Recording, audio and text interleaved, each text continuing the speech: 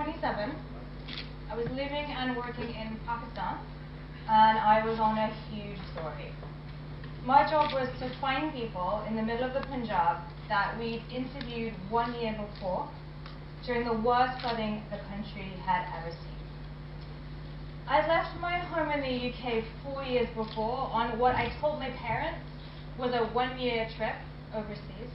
I was traveling overland through Asia, no flying. And I had this dream to work as a foreign correspondent in an international newsroom. And I thought I could eventually go home with my experience, get a job in a newspaper in the UK, and that would be my start. But I also knew I could do it a little differently. I was already living in the countries I wanted to report from. I wasn't sitting at a desk waiting to be assigned by somebody. I was already in that hot, exciting, unusual place that I wanted to be telling stories from, and I was okay with that. So I'm sitting on a chopper in the middle of the Punjab, middle of the afternoon, baking sun, waiting for one of our subjects to arrive that we were going to interview. And I was talking with one of the photographers that I've been assigned with, and I took the first image that I'm going to show you right now. So this is our villagers. They're gathered outside of a small group of shops. The two women in the image are collecting clean drinking water. It's calm, it's green, it's quiet. But 1 year before this photograph was taken, this whole area was covered in water. And these people's lives and their dreams and their houses were completely submerged. Now though, this whole area looked more like hope. People were stacking bricks. They were incrementally trying to rebuild their lives and their houses. And when I took this image, I was standing there with my camera, and I was trying to make something that was technically good. And I'm talking to the photographer that I'm with, and I look in the back of the camera, and I realize that you can make a technically good image that works. But when you take a photograph, you also capture a moment in someone's life. And when you capture these moments, you can start to share them and tell other people's stories. And this is the image that I took in the moment that I realized that I wanted to be a photographer. So this was an incredibly exciting thing for me to realize, but it was also very terrifying. It's kind of like deciding you want to be Jimi Hendrix, but only knowing how to play 3 chords on the guitar. I'd liked taking photographs for a very long time. I didn't know how to turn that into taking a lot of good photographs over a very long period of time. And I also already had a job. I was doing something that I really wanted to do. I was working as a foreign correspondent. I was living in a new, exciting country. This was the thing that I said I wanted. This was happening for me. If there was a script to my life, at no point in the script would it have said, now take everything you thought that you knew and you wanted and throw that out the window. But that was the situation that I was facing. So I'm standing in the field, I'm holding my camera, and I'm thinking, how am I going to make this new dream, this new reality, something tangible, something real? Because up until that point, I had taken a lot of risks.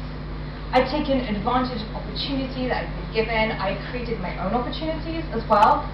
But this really felt like I had to now create something from nothing and follow this new path into photography. So there are always obstacles, and I know a lot of you in this room are going to be starting to face the kind of obstacles that's going to maybe govern a little bit of the start of your career. Mine kind of came down to 2 things. One, how can I become confident enough to say, the thing I thought I wanted, I don't want anymore. I want this new, different dream that I don't really know how to achieve, but it's something that I know I need to do. And the other, second biggest issue, and I think for all of us maybe here today, is something a little bit similar. I'm at point A over here. Point B, where I want to be, is over here, and I don't know exactly what needs to go in the middle. I just know I need to figure out how I'm going to get there. I also still needed to feed myself. I already had a job. I couldn't just leave that. So I decided pretty quickly if I was going to change my direction in my career, I had to fit photography around what I was already doing. And one thing I had on my side was time, because you can do that. And I was in a fascinating country. So from that moment, I started photographing around my real life. I was sitting with photo editors on my days off. I was getting up at 4 o'clock in the morning. I was going out and shooting. And I slowly started to photograph the images that would go with the stories that I was writing. And this is probably the biggest thing for me, and it's also the simplest. And it's going to be the same for a lot of you here. I've never studied photography. So I needed to find a way of becoming the thing I wanted to become. The first thing I did was I found a few mentors that could talk me through what I was going through, and that will be key, I think, for some of you here. And the second thing is you have to be willing to get out there and practice. There's an Henri Cartier-Bresson quote that says, your first 10,000 photographs are your worst. I know this. This photograph that I took, the first one I took that I said, yes, this is what I want, I think that was probably about photograph number 7.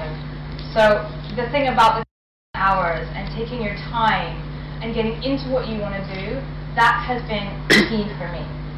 And I also think that you need to take more chances and take more risks. And we're talking about disruption today.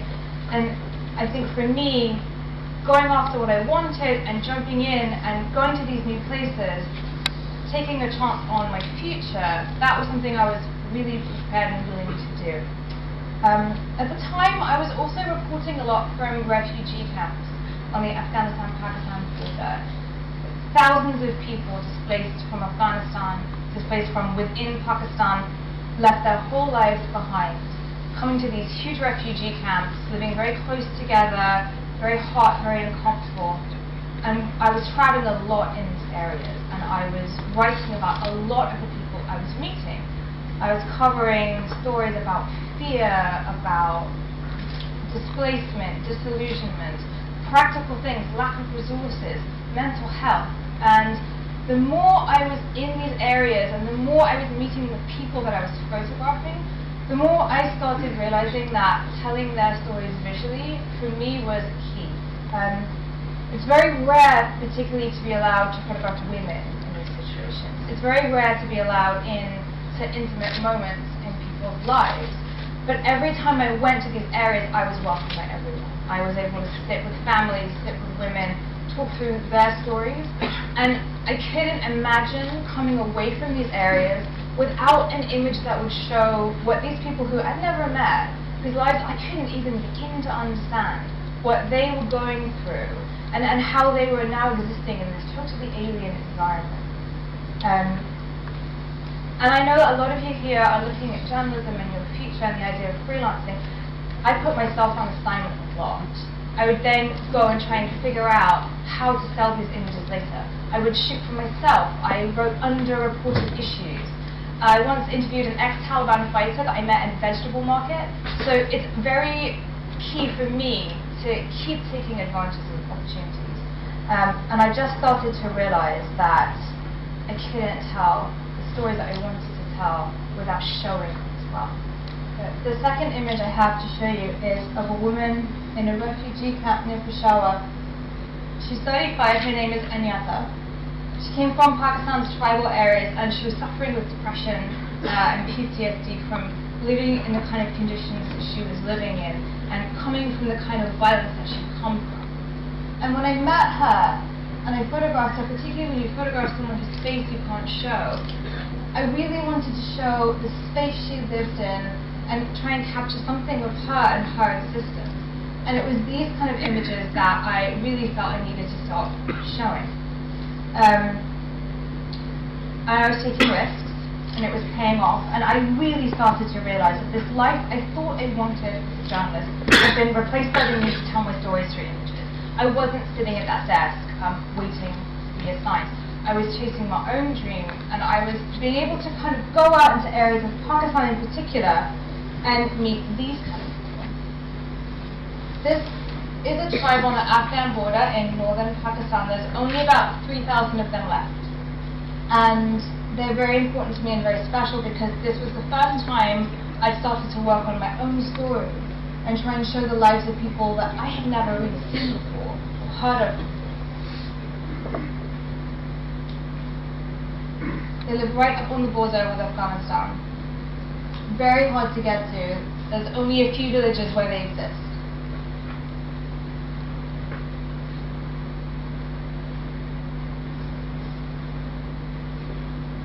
This is the first time they've ever had a written alphabet. I believe this is one of the few images that actually shows the new alphabet that they have.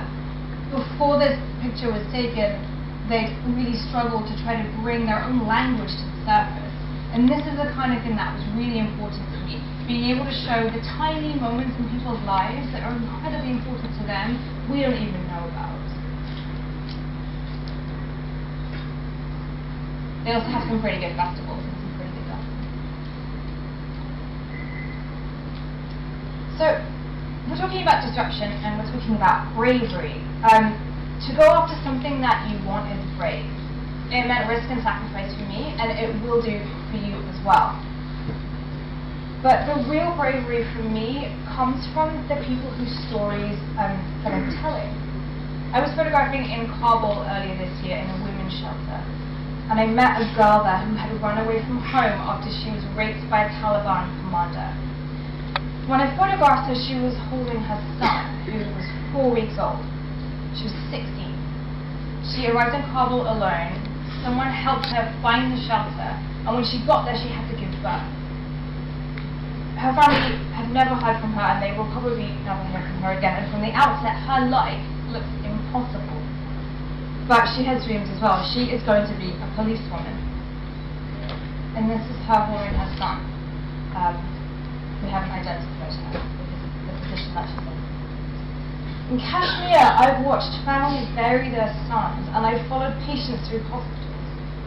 It takes bravery to be in the places where I work, but the remarkable person in that situation isn't me. It's the person who's taking me into their home and allowing me to spend time with them, who's opening up to me, who's giving me the moments and the stories that I want to be showing.